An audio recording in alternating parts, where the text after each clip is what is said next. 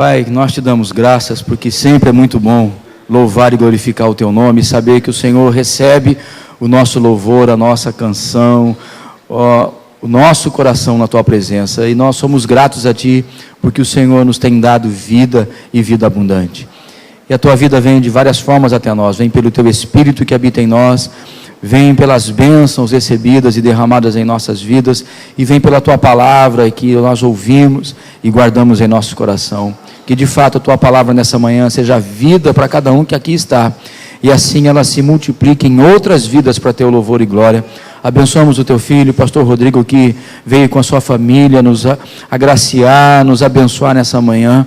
Pedimos graça e bênção e também unção e autoridade do teu Espírito na vida dele, para ministrar a tua palavra aos nossos corações. Em nome de Jesus nós o abençoamos. Amém, Senhor.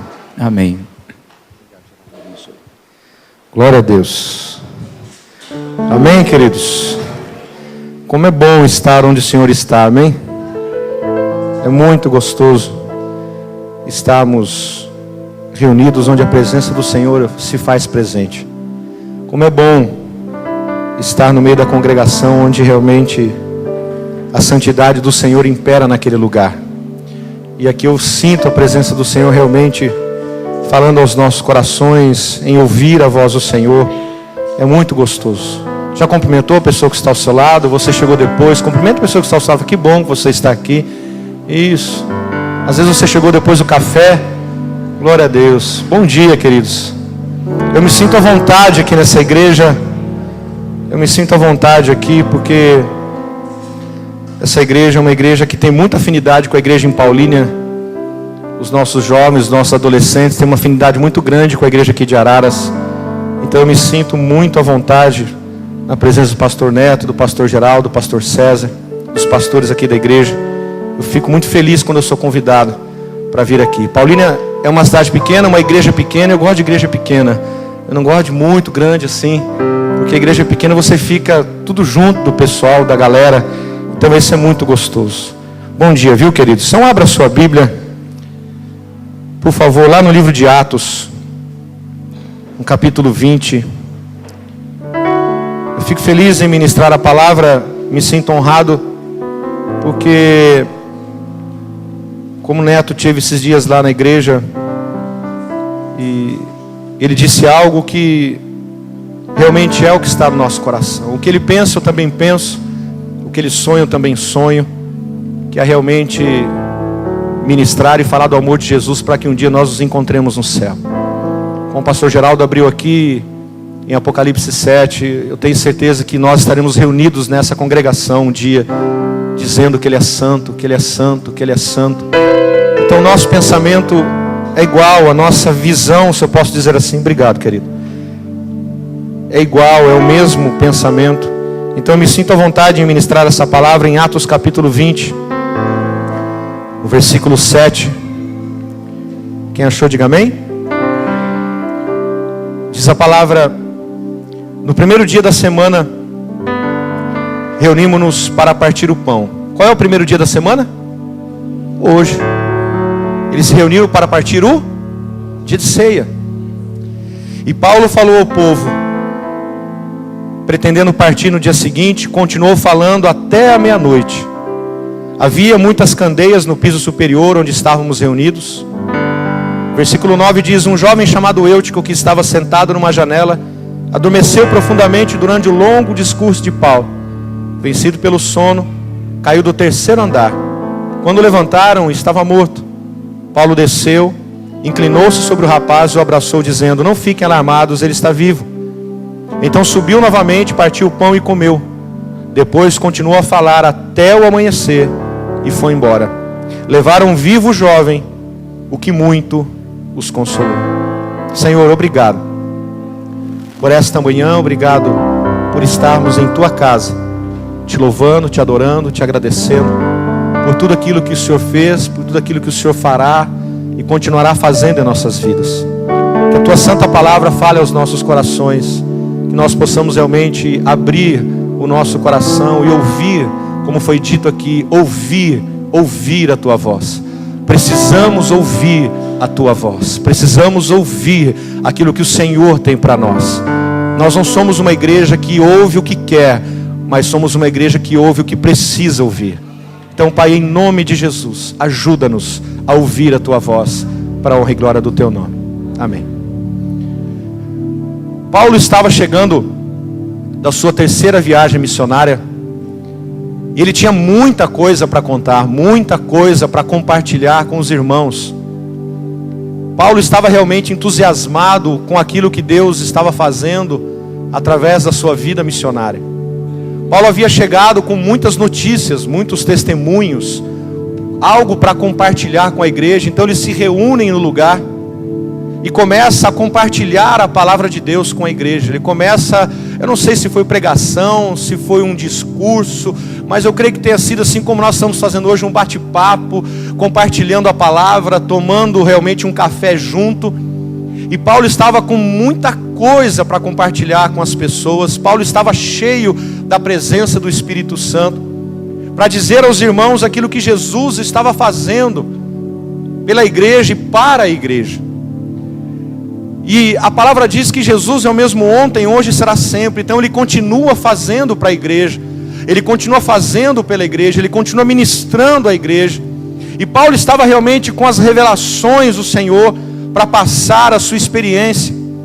E no versículo 7 você vê que eles estavam partindo pão. Então eu creio que foi um culto de ceia como o dia de hoje. Eles estavam em comunhão. Imagina, queridos, a expectativa do povo para ouvir Paulo falar. Nós não tivemos essa oportunidade, mas imagina a expectativa da igreja para ouvir Paulo falar. E a Bíblia diz que ele começou a falar, não sabemos a hora exata do começo do discurso dele, da palavra dele, mas a Bíblia diz que ele começou a falar e o discurso foi longo. O discurso foi muito extenso, foi até a meia-noite. Imagina o tanto que Paulo tinha para falar com a igreja.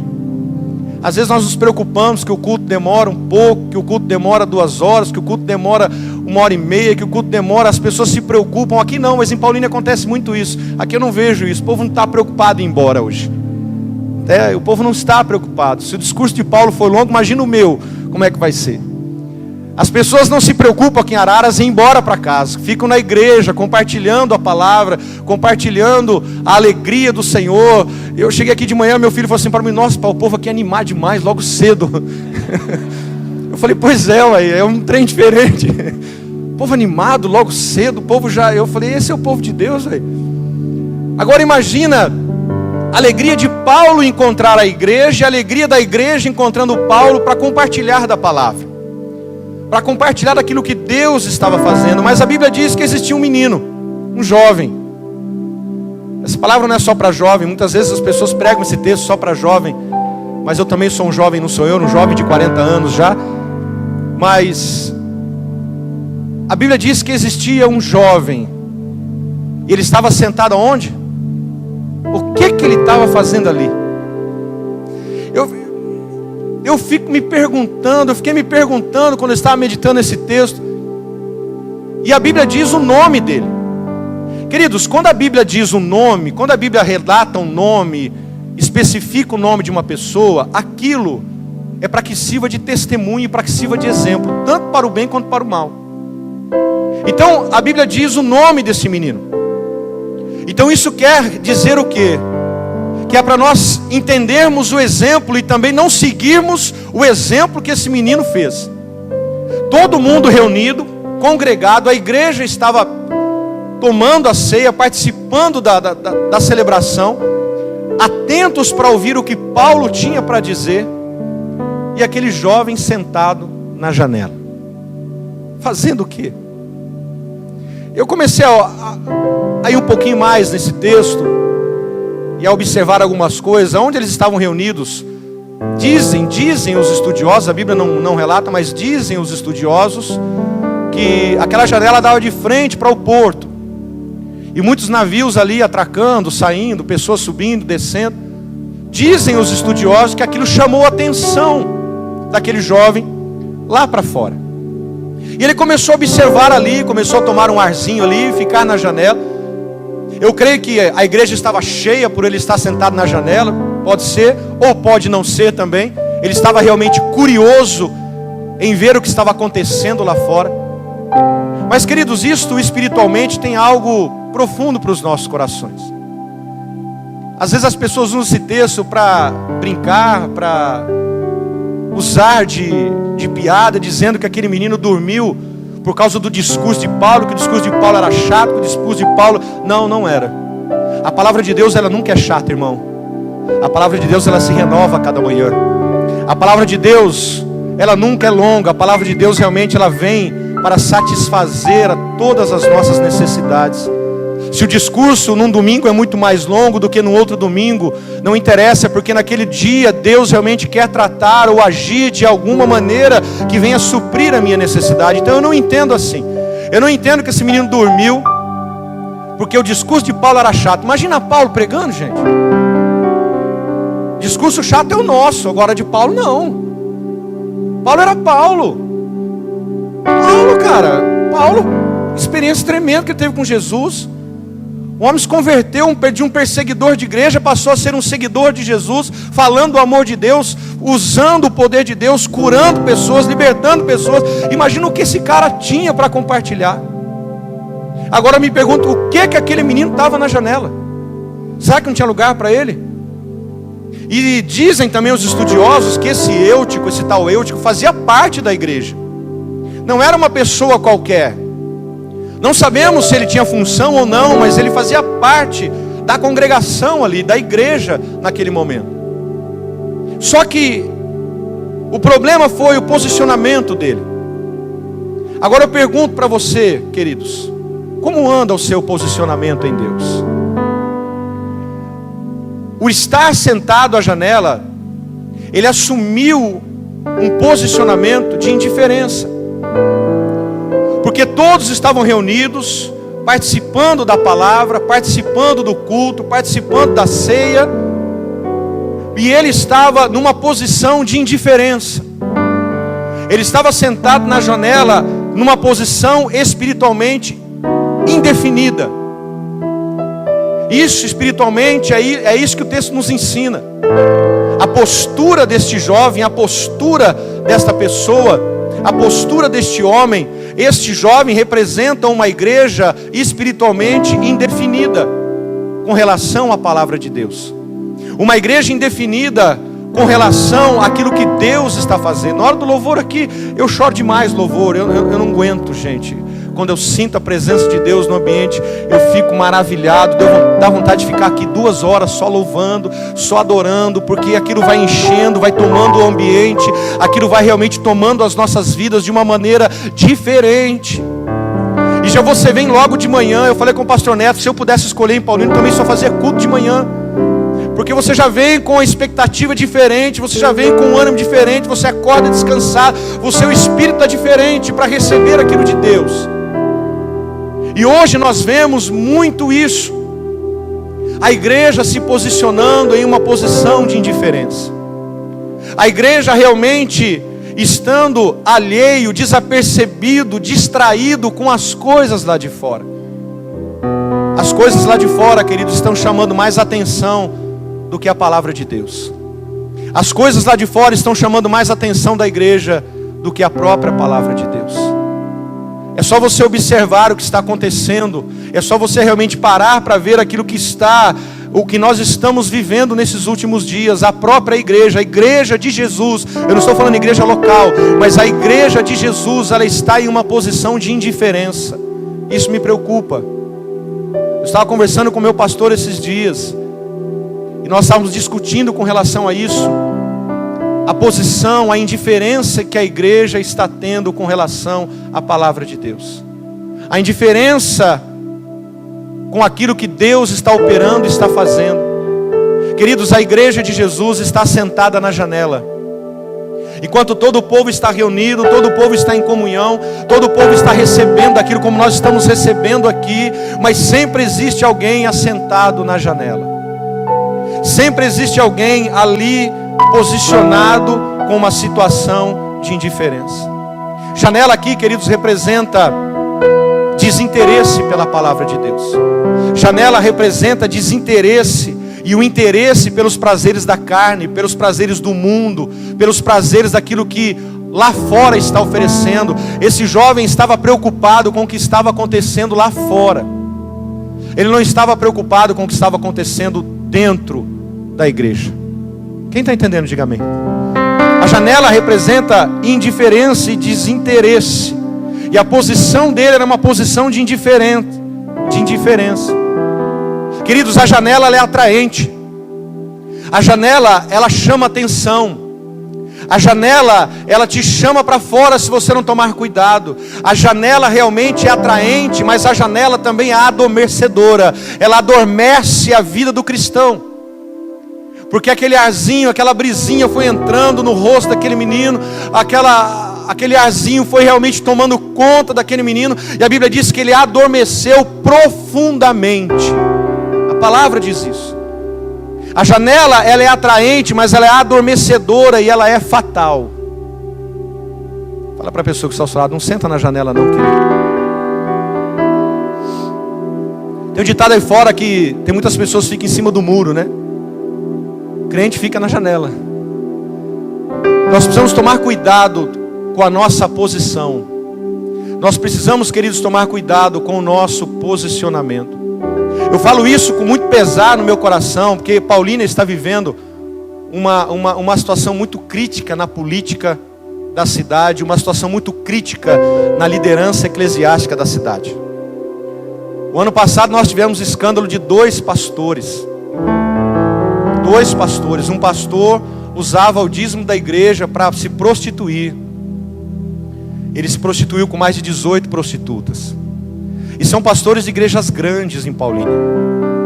O ano passado nós ficamos sabendo, e eu estou dizendo isso porque eu recebo pessoas dessas outras igrejas, estão passando com a gente no gabinete, estão realmente vindo para a igreja para ouvir algo, porque estão quebradas, estão frustradas, estão decepcionadas. E o ano passado, no final do ano passado, começo desse ano, né? Nós ficamos sabendo de um pastor, presidente do conselho de pastores. Aqui eu posso falar, lá eu não posso dizer essas coisas, mas aqui eu posso dizer. Ele estava há 5 anos traindo a sua esposa com uma menina de 13 anos. Presidente do conselho de pastores. Então, queridos, hoje a menina tem 18. Isso foi um escândalo, acabou com a igreja. Porque homens e mulheres estão sentados na janela. Homens e mulheres estão preocupados com aquilo que está acontecendo lá fora. E não estão mais se preocupando com aquilo que Deus está fazendo na igreja.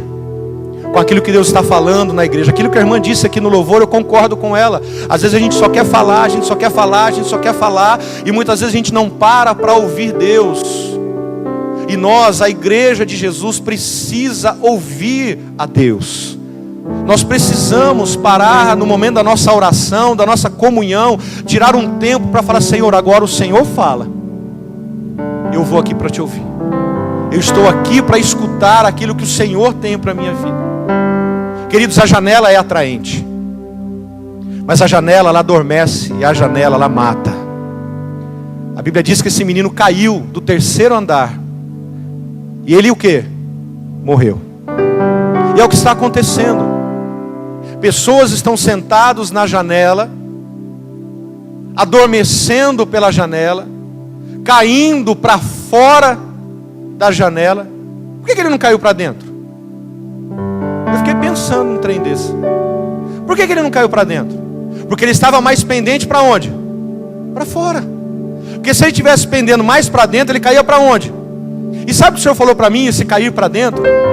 Esse cair para dentro representa situações momentâneas, as situações passageiras que todo cristão vive na sua vida. Quando nós caímos para dentro, nós estamos realmente dentro da palavra de Deus. São momentos e situações que nós passamos que são passageiros, que daqui a pouco passa e você está firme de novo. Quem aqui não tem problema? Quem aqui não tem dificuldade? Quem aqui não tem sofrimento? Mas são situações passageiras. Mas a Bíblia diz que esse menino caiu para onde? O cair para fora, o Senhor falava em meu coração que representa os prazeres do mundo. Pessoas, queridos, estão caindo para fora. Muitas pessoas estão caindo para fora. A janela, ela tem 3 coisas. A janela, ela conduz à acomodação na vida cristã. Quando uma pessoa está sentada na janela, ela é uma pessoa acomodada na sua vida cristã. É uma pessoa que não tem compromisso em oração, é uma pessoa que não tem compromisso na leitura, é uma pessoa que não tem compromisso em jejum, é uma pessoa que não tem compromisso nem intimidade com a presença de Deus. O Senhor esse ano tem me levado a ministrar na igreja muito sobre intimidade. Muito sobre intimidade. Sobre buscarmos mais intimidade com o Senhor. Sobre nós nos aprofundarmos mais em intimidade com o Senhor. O que está acontecendo, os escândalos que acontecem, não só de pastores, mas o escândalo que acontece dentro das igrejas, é porque as pessoas estão se esquecendo, estão acomodados, assentados na janela, não buscando mais uma vida de intimidade com Jesus.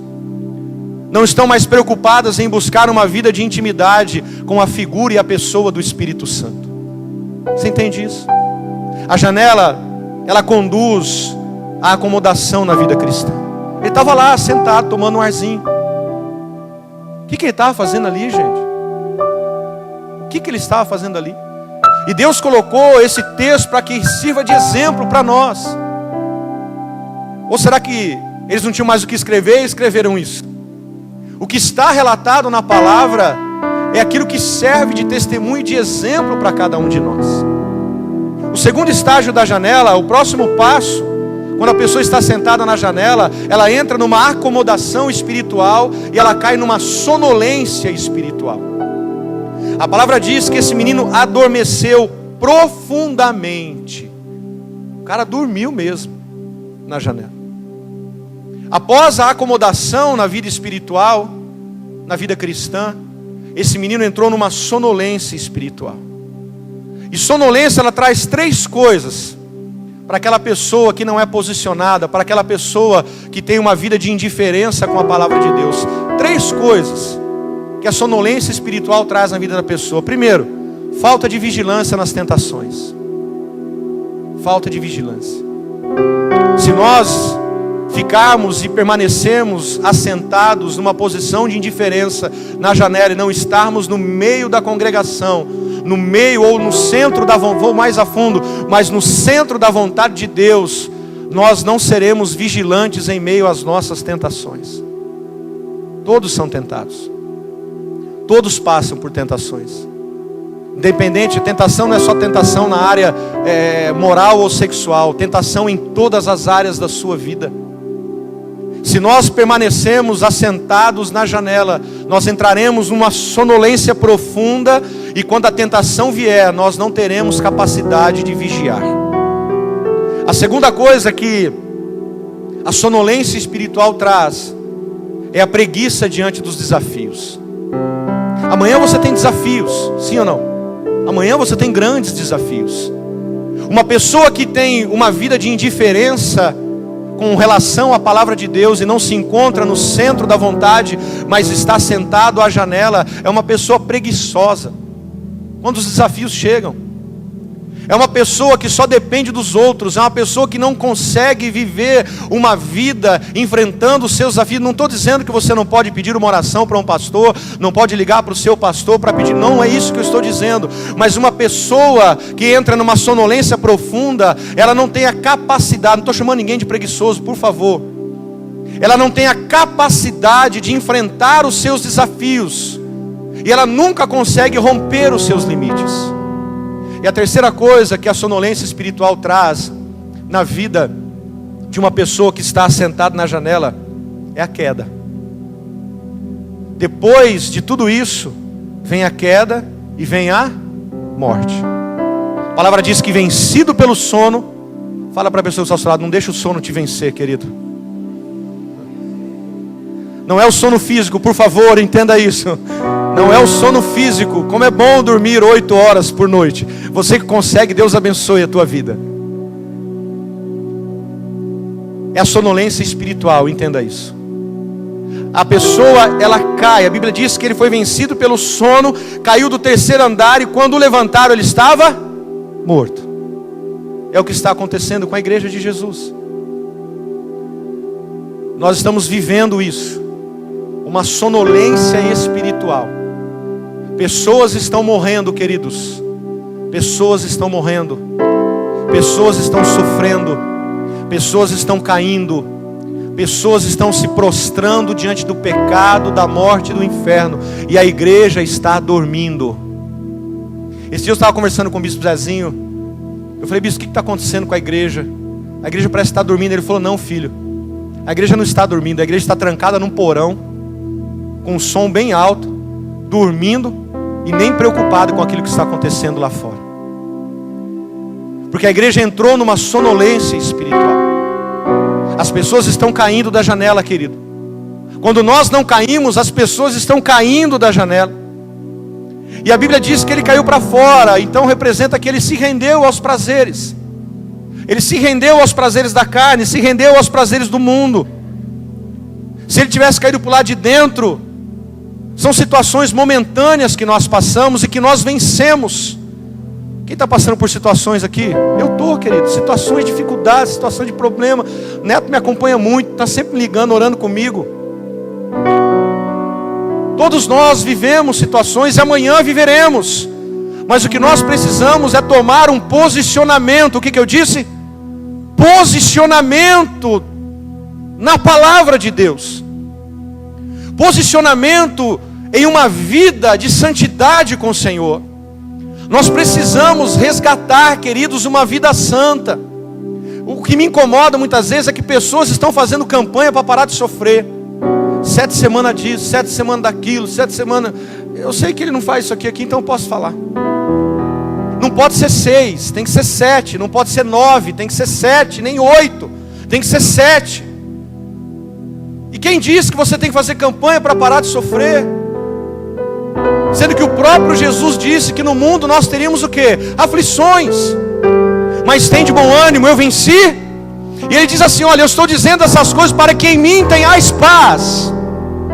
E é só nele, queridos, que encontramos a verdadeira paz. É só nele que nós encontramos a verdadeira e genuína paz. Agora ninguém quer fazer campanha, né, para ser santo. Ninguém quer. Ninguém quer. Põe uma faixa lá fora: 7 semanas de santidade. Não vê ninguém, cara. Porque não dá ibope, irmão. Não dá ibope, não enche igreja, não enche gasofilácio. Eu recebi um casal de uma igreja esses dias, membrou conosco. Ele dizendo para mim, falou: pastor, eu não aguento mais. Eu não aguento viver mais essa vida de prosperidade. Eu falei, ué, mãe.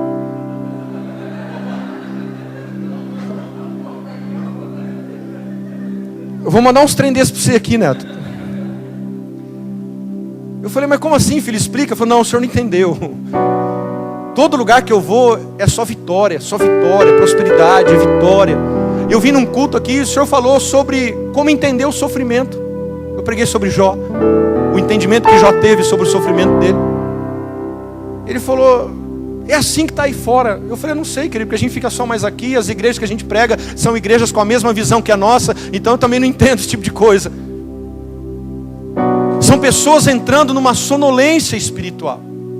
São pessoas que estão caindo da janela e estão morrendo espiritualmente. Eu tenho visto isso lá, eu tenho recebido pessoas assim lá na nossa igreja.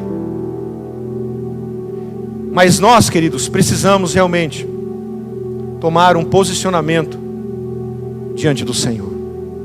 Nós precisamos colocar as nossas vidas, porque quando nós estamos nessa sonolência espiritual, nós entramos na fraqueza, nós ficamos fracos diante das tribulações. Nós ficamos fracos diante dos problemas. Quando nós não temos uma vida de posicionamento na palavra, pela palavra e através da palavra, nós vivemos uma vida de sonolência espiritual. Jesus está voltando. E Jesus vem buscar a igreja. Ele não vem buscar qualquer igreja. Ele vem buscar a igreja sem mancha, sem ruga, sem mácula. É uma igreja que Ele está procurando. Quando eu leio aquele texto que o Senhor procura adoradores, Ele está procurando é porque está o quê? Está em falta. É ou não é? Você entende isso? Porque no Antigo Testamento, se você voltar lá, Ele não procurava ninguém. A Bíblia diz, achei a Davi, homem segundo o meu coração, homem que satisfaz toda a minha vontade. Você não vê no Antigo Testamento Deus procurando adorador, mas no Novo Testamento Ele procura. E se Ele está procurando é porque está em falta. Nós não podemos ser essa igreja que deixa o Senhor em falta. Nós precisamos ser essa igreja que realmente o adora em espírito e em verdade. Uma igreja que busca a santidade, uma igreja que busca a intimidade, uma igreja que busca a revelação da verdadeira palavra de Deus. Não revelamentos que estão acontecendo aí fora, mas a verdadeira revelação da palavra de Deus. Nós precisamos buscar as revelações. Essas muitas luzes que a Bíblia diz que estavam no cenáculo representam as revelações de Deus que enchiam aquele lugar. E o que é que aquele menino estava sentado na janela, sendo que Paulo estava cheio da revelação do Senhor? Você entende isso? E para encerrar, queridos, nós precisamos ter 3 tipos de comportamento como igreja quando uma pessoa cai da janela. 3 atitudes que Paulo teve. A Bíblia diz que ele parou o discurso dele. Ele podia ter olhado na janela e falado assim: miserável, agora tu morre aí, você não estava prestando atenção na minha palavra. Não é assim que muitas vezes a gente faz? Deus pesou a mão, tem esse jargão, né, demoníaco. Deus pesou a mão sobre ti, morre miserável. Estou pregando aqui, você está aí batendo papo. Estou pregando aqui, você está dormindo. Estou pregando aqui, você está no zap. Zap. Fala, Deus. Esses dias eu falei na igreja, falei assim: eu vou profetizar. Você só pode ligar, porque agora eu ando com o aparelho, eu ligo também a minha Bíblia. Falei: você só vai ligar na Bíblia. Se você ligar no Facebook, no WhatsApp, vai queimar seu aparelho. Ainda não chegou ninguém com o aparelho queimado. Se chegar, vai queimar. Eu sei que você estava lá. Ele podia muito bem ter feito isso, deixado o menino morto lá. Mas a Bíblia diz que ele parou o discurso dele. O que ele fez? Ele desceu. Esse descer, queridos, é você estar na mesma posição, suportando as fraquezas daquele que precisam se fortalecer. Nós como igreja, queridos, precisamos estar na mesma posição. Precisamos descer do púlpito, precisamos descer do nosso ego, precisamos descer da nossa autossuficiência. Nós precisamos deixar de lado e começarmos a viver com aqueles que estão morrendo. Lá em Paulínia eles têm muito essa cultura de pastor. Lá, eu falei que eu estou na contramão do evangelho de lá. Muita essa cultura. Pastor. Como que é seu nome? Pastor fulano de tal. Eu falei: então muda o seu RG, miséria. Estou perguntando o seu nome. Um dia eu perguntei lá, pastor fulano de tal. Eu falei: não, estou perguntando o seu nome, querido. Seu nome está no RG? Eles carregam muito isso lá, Neto, essa cultura aqui, eu não sei, mas lá é assim. Sou pastor não sei da onde, eu sou o presbítero, eu sou o bispo. Agora tem uns apóstolos lá no meio também. Tem uns doidos lá. As pessoas carregam muito isso, estão se esquecendo daqueles que estão caindo. Paulo, o apóstolo, parou o que ele estava dizendo e desceu para socorrer aquele menino. O primeiro posicionamento que a igreja de Jesus precisa ter com aqueles que estão caindo é você descer na mesma posição, suportando as fraquezas daqueles que estão fracos. A segunda atitude que Paulo teve, a Bíblia diz que ele se inclinou diante daquele jovem. Se inclinar significa você viver uma vida em submissão àqueles que ainda não entenderam a palavra. Você ser submisso, sentar, ouvir, ensinar. Não, mas não entendi. Ensina de novo. Não entendi. Ensina de novo. Hoje o que está faltando para nós é paciência para suportar aqueles que ainda são fracos. Está faltando paciência para ensinar aqueles que são fracos. Eu admiro igreja que tem escola bíblica, irmão. Eu amo igreja que tem escola bíblica. Eu apanhei para implantar a escola bíblica na igreja, porque a cultura de Paulínia não é ter escola bíblica. A nossa igreja acho que é a única, tirando as tradicionais, a nossa igreja é a única que tem escola bíblica. As pessoas não querem mais aprender, e aqueles que é para ensinar não tem paciência para ensinar. A Bíblia diz que Paulo se inclinou, e a terceira postura de Paulo foi abraçar. Abraçar significa você envolver em amor, mas aquele amor incondicional de Cristo. É muito lindo nós cantarmos que Ele é santo, que Ele é santo. Jesus, teu nome é força, é fôlego de vida. Mas no dia a dia, isso não é colocado em prática. Então, queridos, eu quero realmente deixar esse texto com você. Tome um posicionamento. Tenha uma postura diferente com o Senhor a partir de hoje. Eu sei que todos são muito bem acompanhados, discipulados por esses pastores abençoados que eu os amo. Mas você precisa sair de você esse desejo de tomar uma postura no Senhor. Precisa sair de você essa indiferença muitas vezes com a palavra de Deus. Não entre na sonolência espiritual. Não entre naquilo que está trazendo ou está te afastando da presença e da palavra de Deus. Ontem eu estava ministrando num curso de liderança em Campinas, na nossa igreja lá em Campinas. E o bispo me chamou para ministrar sobre integridade. Queridos, nós precisamos realmente ser íntegros em todos os momentos, desde que nós deitamos e acordamos. Nós não podemos ser homens e mulheres imparciais. Nós não podemos ser homens e mulheres segregados, que hoje eu estou íntegro, mas amanhã não estou mais. A integridade, a palavra integridade significa inteiro, ser por completo. Por que a gente não faz campanha para ser íntegro? Porque não dá ibope, porque não enche igreja, não enche gasofilácio. Campanha tem que ser de vitória. Mas eu quero realmente deixar essa palavra no teu coração. Como anda o seu posicionamento com relação àquilo que Deus tem para a tua vida? Pastor Neto, fica à vontade. Vamos ficar em pé, queridos. Pastor Neto, Pastor Geraldo. Pastor Neto não quer saber de nada hoje, por favor.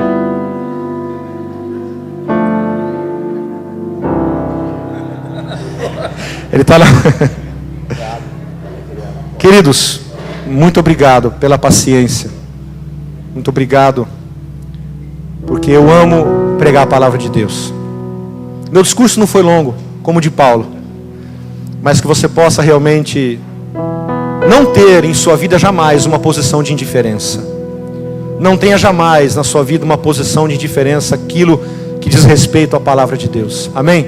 Que Deus abençoe a tua vida rica e poderosamente em nome de Jesus. Amém. Feche teus olhos, amado. Aí de pé.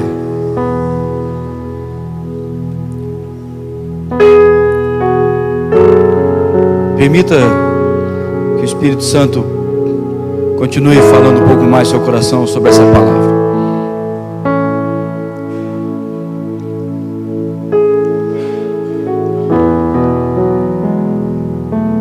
Deixe que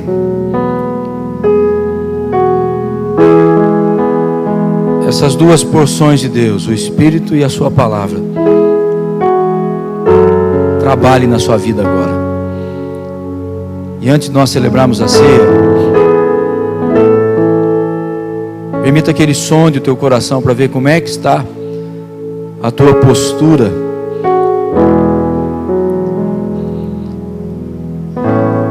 Se tem sido apenas alguns tropeços, ou se tem sido uma constância, essa indiferença, essa falta de vontade de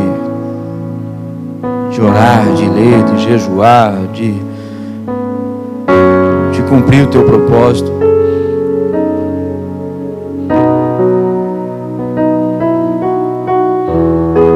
Senhor, fala conosco ainda mais.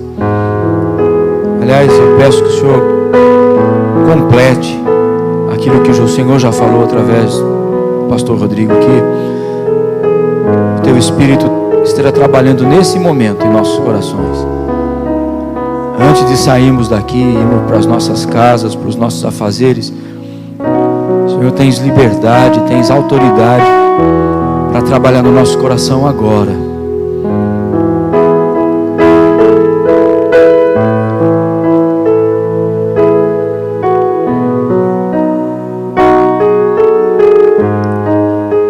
Senhor, e que a tua palavra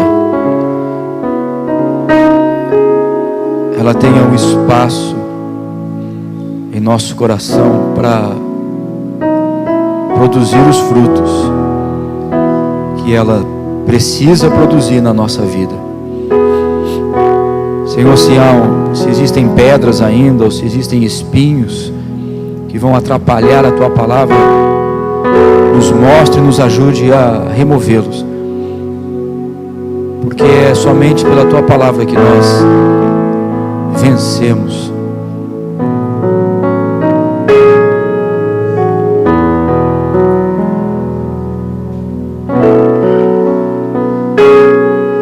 E obrigado pela Tua palavra. Ela não está calada, ela não está presa, ela não está atada a nada. E que na nossa vida a Tua palavra tenha liberdade para corrigir o que for preciso, mudar cursos da nossa caminhada se for necessário, acrescentar o que falta e até tirar o que não deve estar. Porque nós queremos de fato, Senhor, ser uma igreja formada de homens e mulheres que têm compromisso contigo, com a Tua palavra, que vivem por ela e através dela, e assim fazem a diferença nessa terra. Como nós já falamos aqui, Pai, continua sendo o desejo do nosso coração de sermos um lugar, um celeiro para aqueles que estão com fome, um oásis para aqueles que estão cansados e perdidos, e um farol para conduzir ao porto seguro. Que assim seja a nossa vida para aqueles que não Te conhecem, ou para aqueles que já Te conhecem, mas estão como esse menino Eutico, tombados pela sonolência. Senhor, e como nós, pastor Rodrigo falou, livra-nos mesmo dessa sonolência. Se nós estamos caminhando para ela, Senhor, em nome do Teu Filho Jesus, por favor, nos afaste da janela, nos mostre, antes que nós venhamos a nos acomodar, ou pior, cair. Tens liberdade, porque és o Senhor, és o Senhor. O Senhor nos comprou. Vamos celebrar a ceia do Senhor, que diz exatamente isso: por preço fostes comprado, não pertenceis mais a vós mesmos. Senhor, que essa verdade esteja clara e límpida e forte nas nossas mentes e corações, e que em tudo o Teu nome seja glorificado e exaltado. Oro pela vida de cada um que aqui está, pela vida da parte desse rebanho. E aproveito para colocar também os irmãos que estão ali em Paulínia, debaixo do cuidado do Rodrigo, que ali também o Senhor encontre homens e mulheres dispostos, assim como aqui, encontre homens e mulheres dispostos a andar de conformidade com o Teu Espírito e com a Tua palavra, para Teu louvor e glória, Pai. Em nome de Jesus. Aleluia.